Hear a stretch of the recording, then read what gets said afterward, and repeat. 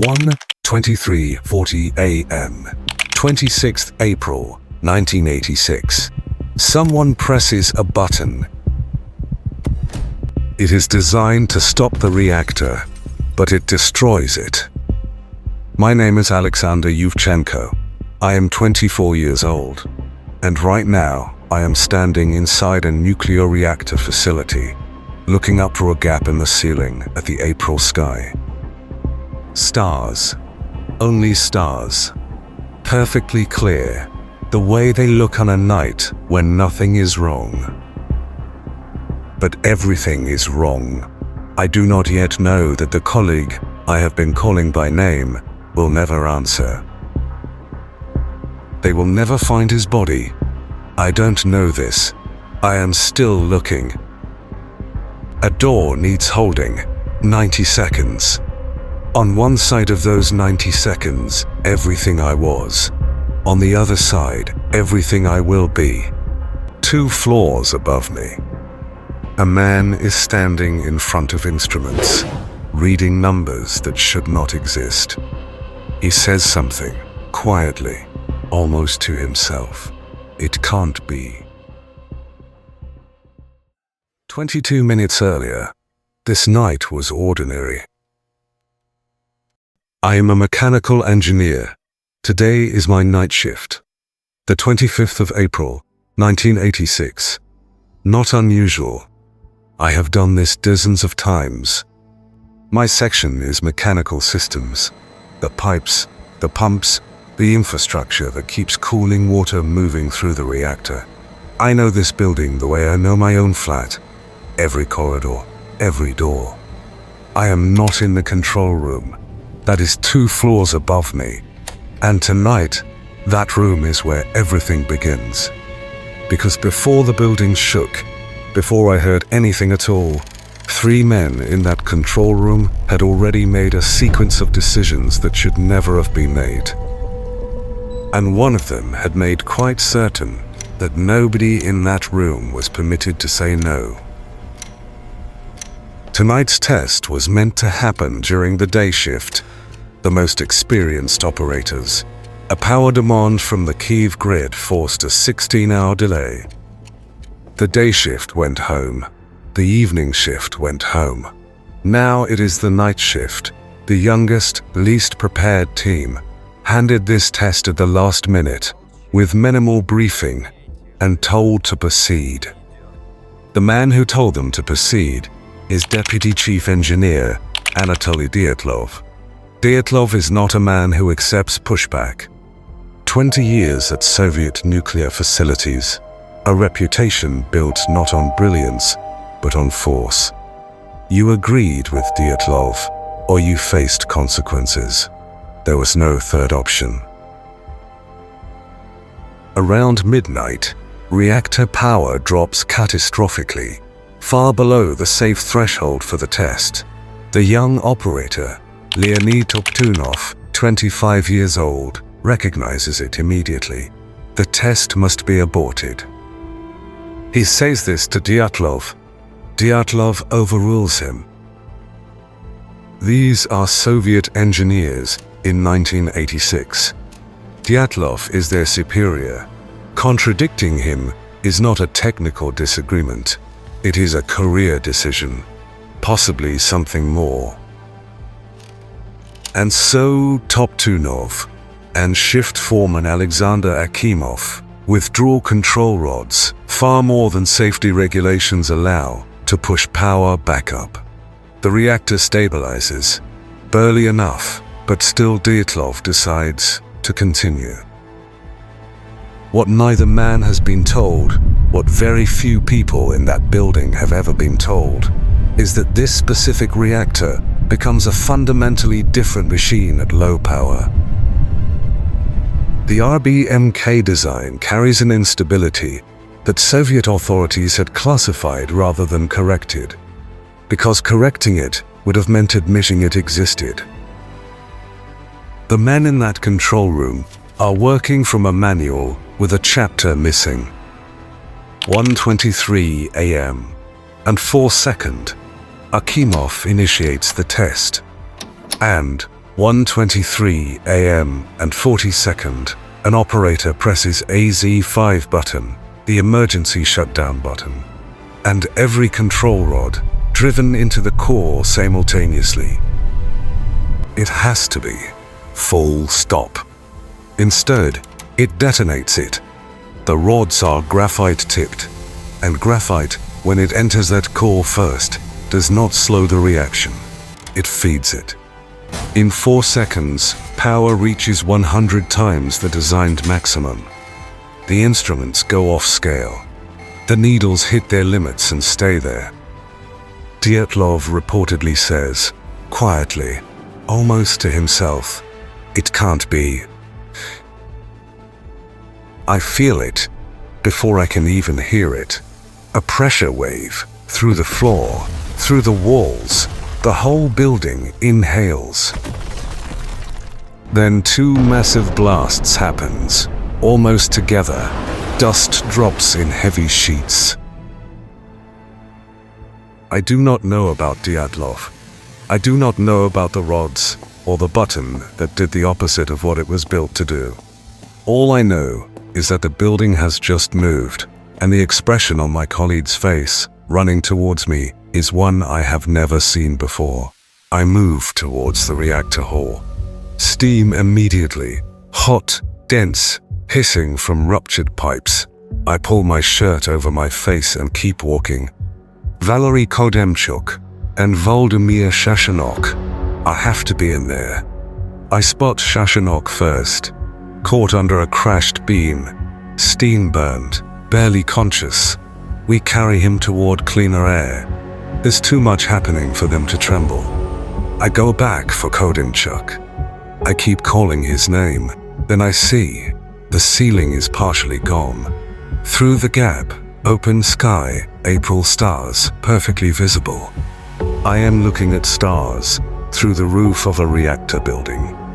The word impossible forms in my mind and gets pushed immediately aside, because I have to find somebody.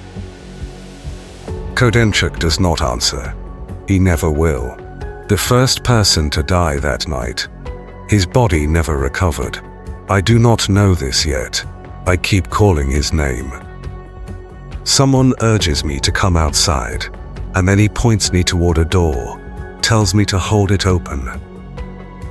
What happens next lasts approximately 90 seconds. I will measure the rest of my life from these 90 seconds. I hold the door open so people and equipment can pass through. The door faces the open reactor hall. I look up. Above the ruined core, there is a light. Not fire. Fire is orange and chaotic and loud.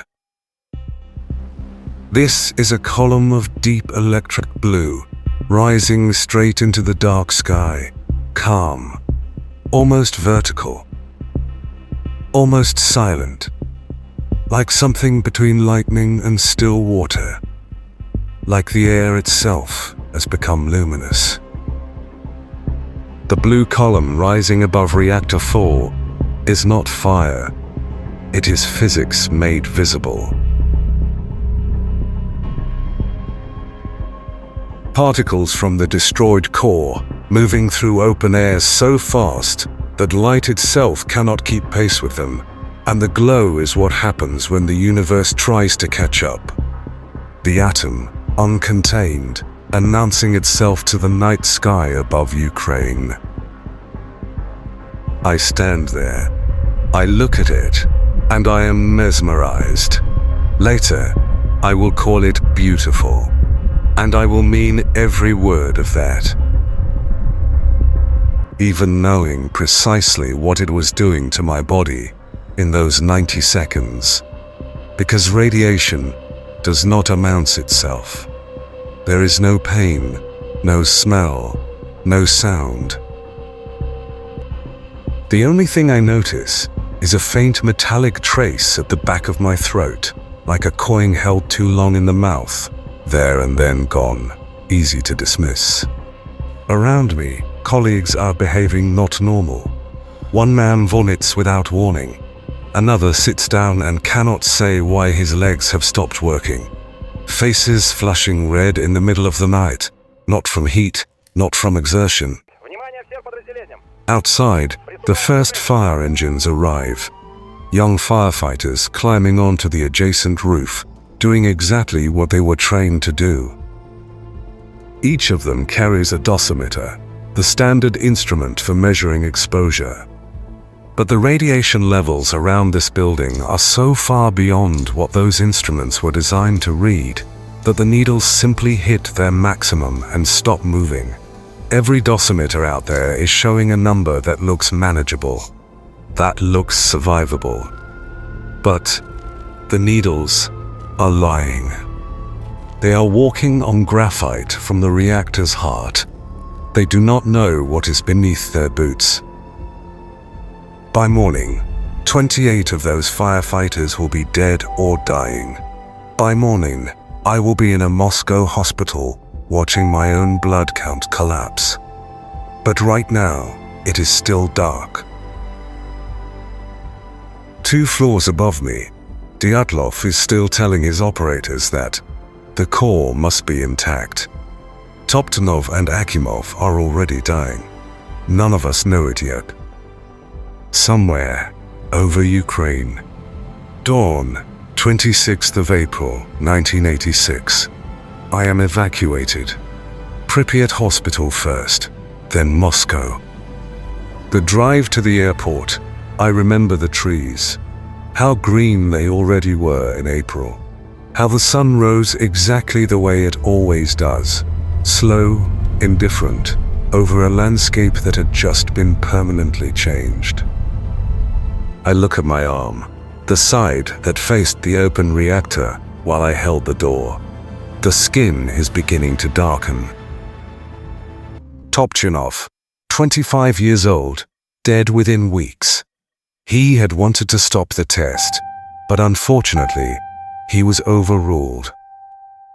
Akimov, spending his final days still trying to understand that how a procedure he followed correctly could have ended this way. Dyatlov survives. He stands trial, and until the end, he maintains that the reactor's design was the primary cause. Here is the uncomfortable thing. He is not entirely wrong. The design was secretly, deliberately withheld from the people operating it. But a man who strips safety systems, overrules every voice in the room, and then refuses for hours to accept what his own instruments are telling him, that man does not disappear entirely behind the physics.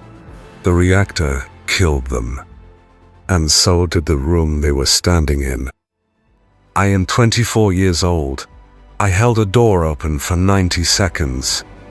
And I carry it, the light, the names, the copper taste, for the rest of my life.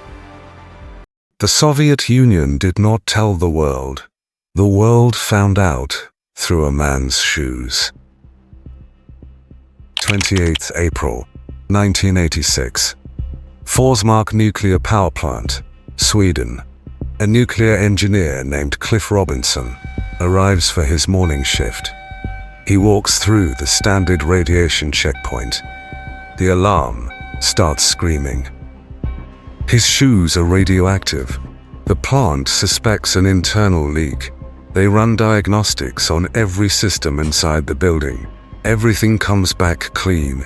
The contamination is not coming from inside the plant. It is coming from outside.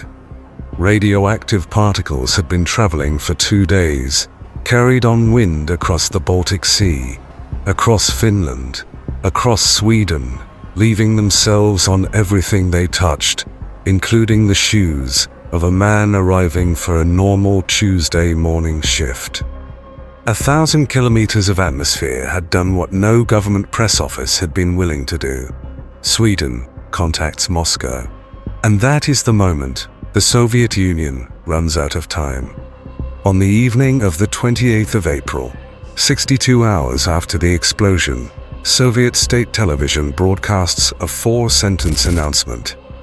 No details, no scale, no warning to the population living near the plant, Just 4 sentences.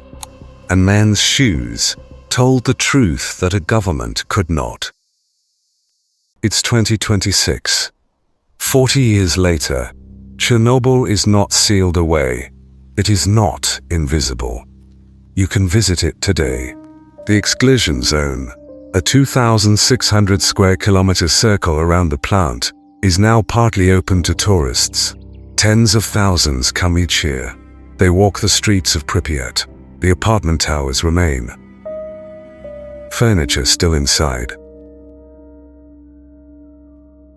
A Ferris wheel built for May Day, just 4 days after the blast, has never carried a single rider. It stands in the fairground, surrounded by trees that have grown up through the pavement beneath it. The city is being swallowed, not by radiation, but by forest. Because the animals came back. Within a decade of the evacuation, wolves moved through the empty streets. Lynx returned. Wild horses that had not been seen in this region for generations were photographed grazing between the apartment blocks. The exclusion zone became, without anyone planning it, one of the largest wildlife sanctuaries in Europe. The radiation did not empty the land. The absence of us did. Underneath the enormous steel arch that now covers Reactor 4, the core still exists, cooled, contained, but present. Some of what was released that night will be here long after every building in Pripyat has collapsed into the forest floor. Certain isotopes released in April 1986 carry timelines so long that the only way to make sense of them is to look backwards to a world 20,000 years ago where the most complex human technology was a flint blade and a painted cave wall. That's how far ahead the contamination from one night will carry. And the Soviet Union that tried to contain this story, the one that waited 62 hours to broadcast 4 sentences, did not survive the decade. Mikhail Gorbachev, years later, would say that Chernobyl may have been the real end. Not the political pressures, not the economic collapse, but the moment when a system built on the idea that it could control information lost control of information to a cloud of particles drifting across Scandinavia. Today, every country building or expanding a nuclear program, France, Japan, India, China, inherits this question, not whether the engineering is sound, but whether the room where decisions are made has space for someone to say, stop. But Dyatlov's room did not have that space. That is the thing about Chernobyl that does not age. The explosion happened at 1:23 a.m. on the 26th of April. Pripyat, 30,000 people, only 2 kilometers away, wouldn't be evacuated for 36 hours. 36 hours during which the government knew, during which children went to school, during which families opened their windows to let in the spring air, the warm, contaminated spring air, because no one had told them not to. During which a decision was being made, somewhere in Moscow, about how long the silence could hold. What happened inside those 36 hours, in the apartments, in the government offices, in the rooms where men chose the timing of the truth? That is not history. That is the next story.